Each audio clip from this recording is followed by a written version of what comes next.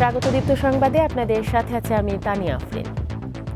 চলতি বছরের এসএসসি ও সমমানের পরীক্ষার ফলাফল প্রকাশ হচ্ছে আজ সকাল 11টায় নিজ নিজ প্রতিষ্ঠান থেকে এবং অনলাইনে একযোগে ফলাফল প্রকাশ করা হবে। পরীক্ষার ফলাফল www.educationboardresults.gov.bd ওয়েবসাইটে ক্লিক করে রোল ও রেজিস্ট্রেশন নম্বরের মাধ্যমে রেজাল্ট শিট ডাউনলোড করা যাবে। এছাড়াও এসএমএস এর মাধ্যমেও ফলাফল জানা যাবে। এর আগে গণভবনে প্রধানমন্ত্রীর কাছে মাধ্যমিক ও সমমান পরীক্ষার ফলাফল এবং ফলাফলের পরিসংখ্যান হস্তান্তর করা হবে। চলতি বছর মোট 20,24,192 জন শিক্ষার্থী পরীক্ষায় অংশ নিয়েছে। সারা দেশের 3,700 কেন্দ্রে 29,735টি শিক্ষা প্রতিষ্ঠানের শিক্ষার্থীরা এ পরীক্ষায় অংশ নেয়। ঢাকার ধামরাইয়ে অনুমোদনহীন একটি 4তলা ভবন হেলে পড়েছে। বিস্তারিত জানাতে ঘটনাস্থল থেকে সরাসরি যুক্ত হচ্ছেন আমাদের সহকর্মী এম এ হালিম। হালিম, ভবনটি থেকে সব বাসিন্দাদেরকে কি সরিয়ে নেওয়া হয়েছে? আর জানাবেন ভবনটির বিষয়ে সংশ্লিষ্ট কর্তৃপক্ষ কি বলছে?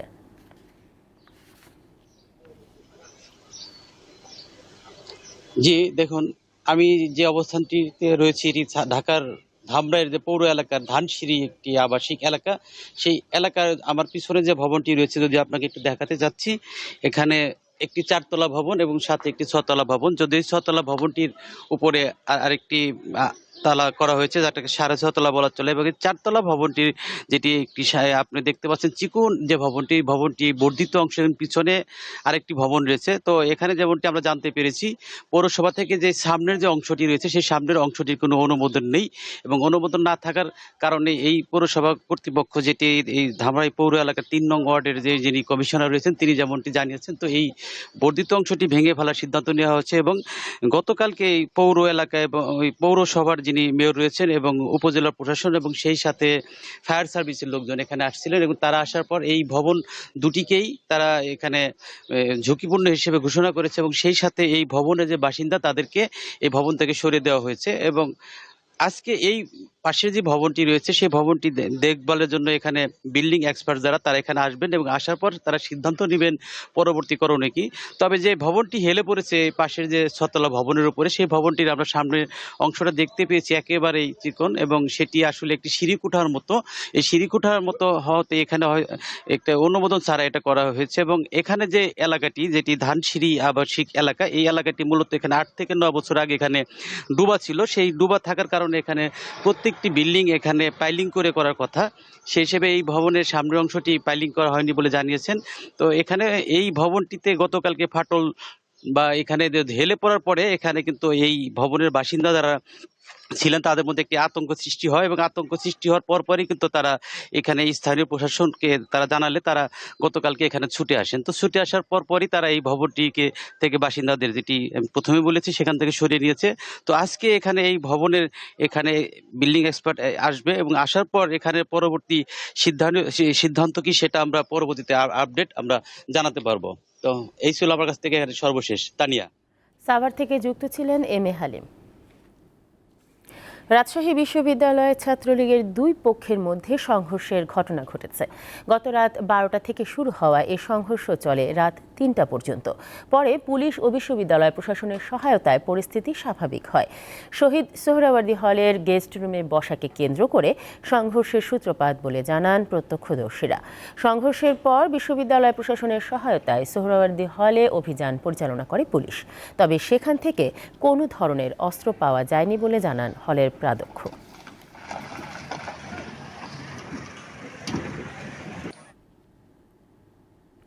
বাংলাদেশে চা শিল্পের শীর্ষস্থানীয় প্রতিষ্ঠান ইস্পাহানি এবার বাজারে নিয়ে এলো ব্লেন্ডার্স চয়েস প্রিমিয়াম গ্রিন টির 3টি ফ্লেভার।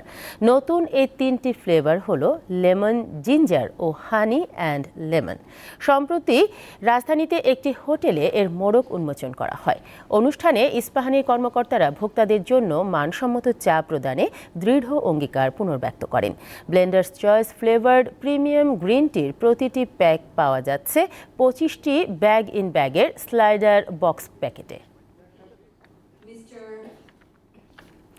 দেশবন্ধু ফুড অ্যান্ড বেভারেজের ন্যাশনাল সেলস মিটিং অনুষ্ঠিত হয়েছে। সম্প্রতি রাজধানীর একটি হোটেলে এর আয়োজন করা হয়। দেশের অন্যতম বৃহৎ শিল্প প্রতিষ্ঠান দেশবন্ধু গ্রুপের অঙ্গ প্রতিষ্ঠান দেশবন্ধু ফুড অ্যান্ড বেভারেজ। দেশের বিভিন্ন প্রান্ত থেকে আসা এই প্রতিষ্ঠানের বিক্রয় কর্মকর্তারা অনুষ্ঠানে অংশ নেন। তারা তাদের চাহিদার কথা তুলে ধরেন। এ সময় দেশবন্ধু গ্রুপের ব্যবস্থাপনা পরিচালক গোলাম রহমান বিক্রয় কর্মকর্তাদের উদ্দেশ্যে দিক নির্দেশনামূলক বক্তব্য রাখেন। বিক্রয় কর্মকর্তাদের চাহিদা অনুযায়ী পণ্য সরবরাহ বাড়ানোর নির্দেশ দেন তিনি। গ্রুপের অতিরিক্ত ব্যবস্থাপনা পরিচালক অবসরপ্রাপ্ত brigadier general Zakir Hossain, food and বেভারেজের সিওও ইদ্রুসুর রহমান এবং ব্র্যান্ড ম্যানেজার আবদুল্লাহ আল জাবের অনুষ্ঠানে উপস্থিত ছিলেন।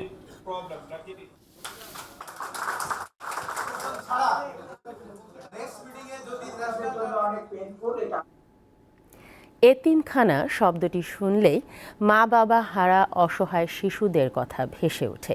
কিন্তু বিড়ালেরও এতিমখানা থাকতে পারে, এটি অবিশ্বাস্য হলেও তা করে দেখিয়েছেন দিনাজপুরের দুই তরুণ উদ্যোক্তা।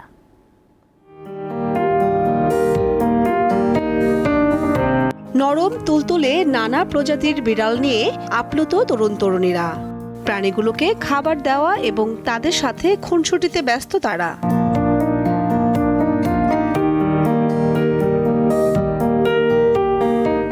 দিনাজপুর শহরের একটি কফি শপে তৈরি করা হয়েছে চমৎকার এই পরিবেশ। নাম দেওয়া হয়েছে বিড়ালের এতিমখানা।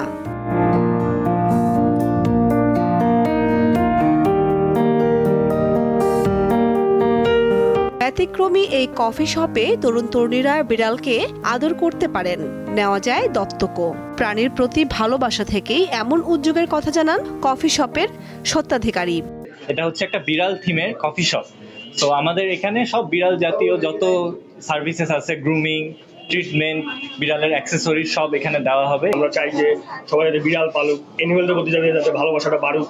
এমনকি আমরা খালি যে পার্সিয়ান ক্যাট বা এরকম এগুলাও না, আমরা যেমন দেখা যাচ্ছে রাস্তার যেগুলো কুকুর আছে তারা কিন্তু আমরা চিন্তা ভাবনা করছি। খাওয়া তো অন্য জায়গায় খাওয়া হয়, কিন্তু মানে এদের সাথে খেলতে প্রচন্ড ভালো লাগে। আমি ব্যক্তিগতভাবে একটা বিড়াল প্রেমী। আমাদের আগে দেশি কুকুর অথবা দেশি বিড়ালদেরকে প্রায়োরিটি দেওয়া। আমরা তো মানুষের কষ্টগুলো বলতে পারি, কিন্তু এরা তো প্রাণী, এরা তো বলতে পারে না। তবে খাবারের দোকানে বিড়াল রাখার ব্যাপারে সতর্ক থাকার পরামর্শ দেন এই ভেটেরিনারি কর্মকর্তা। বিড়ালের প্রতি বছর কিন্তু এই ফ্লুর এবং আপনার জলাতঙ্কের জন্য রেগুলার ভ্যাকসিন করা হয়। এই সচেতনতাটি যদি মেজার নিয়ে এই হাউসটি চালানো যায় তাহলে ঠিক আছে। এই এতিমখানায় 20 প্রজাতির বিড়াল রয়েছে।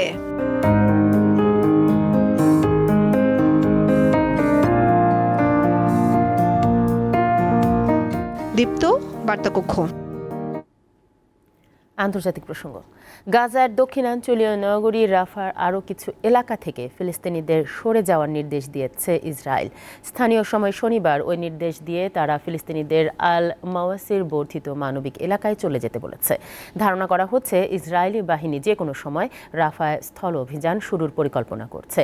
রাফা অভিযানের বিষয়ে ইসরায়েলি সামরিক বাহিনী থেকে বলা হয়েছে তারা রাফার পূর্বাঞ্চলে এবং রাফা ক্রসিংয়ের গাজা অংশে হামাস যোদ্ধাদের বিরুদ্ধে হামলা অব্যাহত রেখেছে। এদিকে হামাসের হাতে আটক জিম্মিদের মুক্তির দাবিতে রাস্তায় নেমেছে হাজারো ইসরায়েলি। শিখ নেতা হরদীপ সিং নিজ্জারের হত্যাকাণ্ডে জড়িত সন্দেহে আরও এক ভারতীয় নাগরিককে গ্রেফতার করেছে কানাডা। তার নাম অমনদীপ সিং। বার্তা সংস্থা এএফপির প্রতিবেদন থেকে এ তথ্য জানা গেছে। এর আগে এই হত্যাকাণ্ডে জড়িত সন্দেহে 3 ভারতীয়কে গ্রেফতার করে কানাডা। অমনদীপ সিং আগে থেকেই বেআইনিভাবে আগ্নেয়াস্ত্র রাখার অভিযোগে কানাডা পুলিশের হেফাজতে ছিলেন। শনিবার তার বিরুদ্ধে নিজ্জারের হত্যাকাণ্ডে জড়িত থাকার অভিযোগ আনা হয়। দ্বিতীয় সারির দল নিয়েও স্প্যানিশ লা লিগায় গ্রানাডাকে 4-0 গোলে হারিয়েছে আগেই শিরোপা নিশ্চিত করা রিয়াল মাদ্রিদ। গ্রানাডার মাঠে এ ম্যাচে প্রথম সারির প্রায় সব খেলোয়াড়কেই বেঞ্চে রেখে খেলতে নামে রিয়াল। তারপরও পুরো সময় সুস্পষ্ট দাপট ছিল তাদেরই। রেলিগেশনের শঙ্কায় থাকা গ্রানাডার রক্ষণ দৃঢ়তায় অবশ্য গোল পেতে একটু দেরি হয় রিয়ালের। ৩৮ মিনিটে অবশেষে অতিথিদের এগিয়ে দেন গার্সিয়া। বিরতির আগে যোগ হওয়ার সময় ব্যবধান দ্বিগুণ করেন আর্দা গুলার। দ্বিতীয়ার্ধে আরও আগ্রাসী ফুটবল খেলে লস ব্লাঙ্কোরা। ৯ মিনিটের ব্যবধানে ব্রাহিম ডিয়াজের ২ গোলে বড় জয় নিয়ে মাঠ ছাড়ে রিয়াল মাদ্রিদ। ৩৫ ম্যাচে রিয়ালের পয়েন্ট দাঁড়ালো ৯০।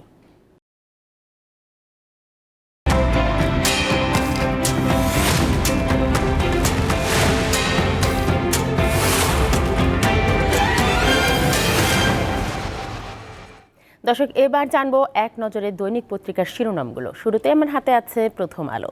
প্রথম আলোর শিরোনাম হয়েছে নিউ ইয়র্কে বাংলাদেশি খুন, ন্যায় বিচার নিয়ে সংশয়ে পরিবার। তার সাথে আছে চীনা মুদ্রায় ঋণ দিতে চায় চীন, আগ্রহী বাংলাদেশও।